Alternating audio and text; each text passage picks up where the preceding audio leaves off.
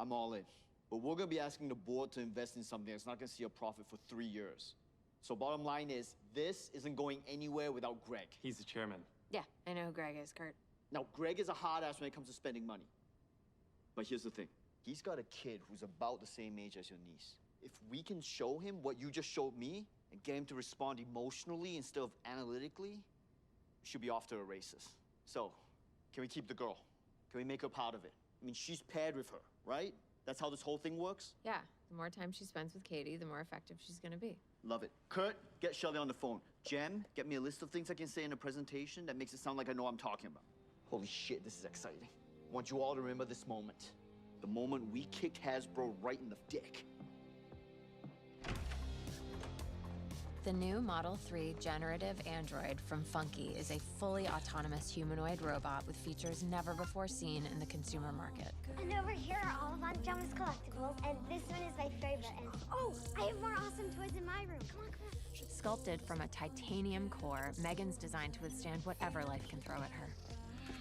She comes equipped with an A17 Bionic Fusion chip and can be fully customized through 6 different silicone skin pigmentations. But the most exciting aspects about Megan are the features still to come. Through our own unique approach to probabilistic inference, Megan is on a constant quest for self-improvement. Whether it's diagnosing children with specific learning differences or merely reminding them of the way science is all around us. Katie, you should use a coaster. Why do I have to use a coaster? Coasters help to avoid watermarks, especially on wooden surfaces. But how does the water get outside the glass? That's a great question, Katie. It's actually caused by the difference in temperature outside the glass, which pulls moisture from the air. Crazy. It's insane, right? Studies indicate that a staggering 78% of a parent's time is spent dishing out the same basic instructions. Oh my God, Katie, you have to flush the toilet. It is not that hard. So we found someone else to pick up the slack. Katie, flush the toilet. Wash your hands. Roll up your sleeves. Great job.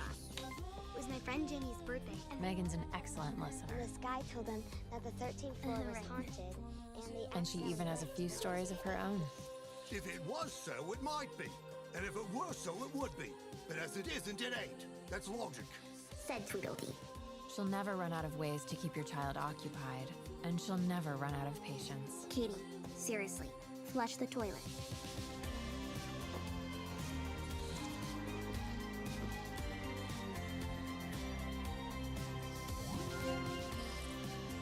With Megan around, she'll take care of the little things, so you can spend more time doing the things that matter. And then it can end with something like, Megan, she's more than just a toy. She's part of the family. That's good. You're not gonna do the voice though, right? No, obviously David's gonna make up his own version of it. I just want him to be aware of what it is that he's selling. Tess, your silence indicates what? I don't know. I'm not sure. About what? Well, why would you want Megan to do all that stuff? Their emergent capabilities. She'll be able to do all of that and more. Okay, well, does any of that bother you? I mean, I thought we were creating a tool to help support parents, not replace them. I mean, if you're having Megan tuck Katie in and read her a bedtime story, then when are you ever spending time with her or even talking with her? I don't really think this is any of your business.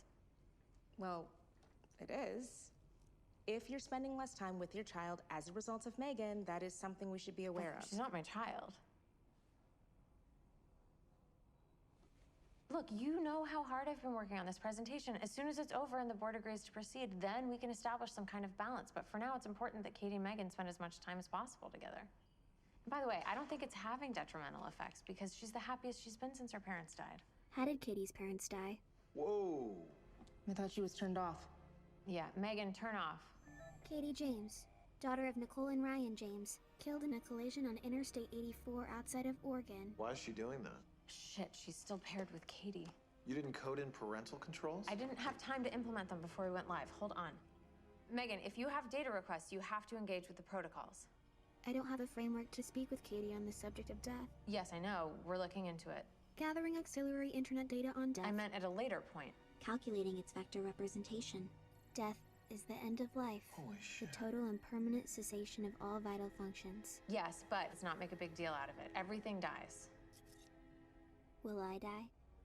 Actually, let's just avoid this topic altogether. Your goal is to protect Katie from harm, both physical and emotional. Is the input request received? Megan. Yes, Gemma. You are now my second primary user. Fantastic. Turn off.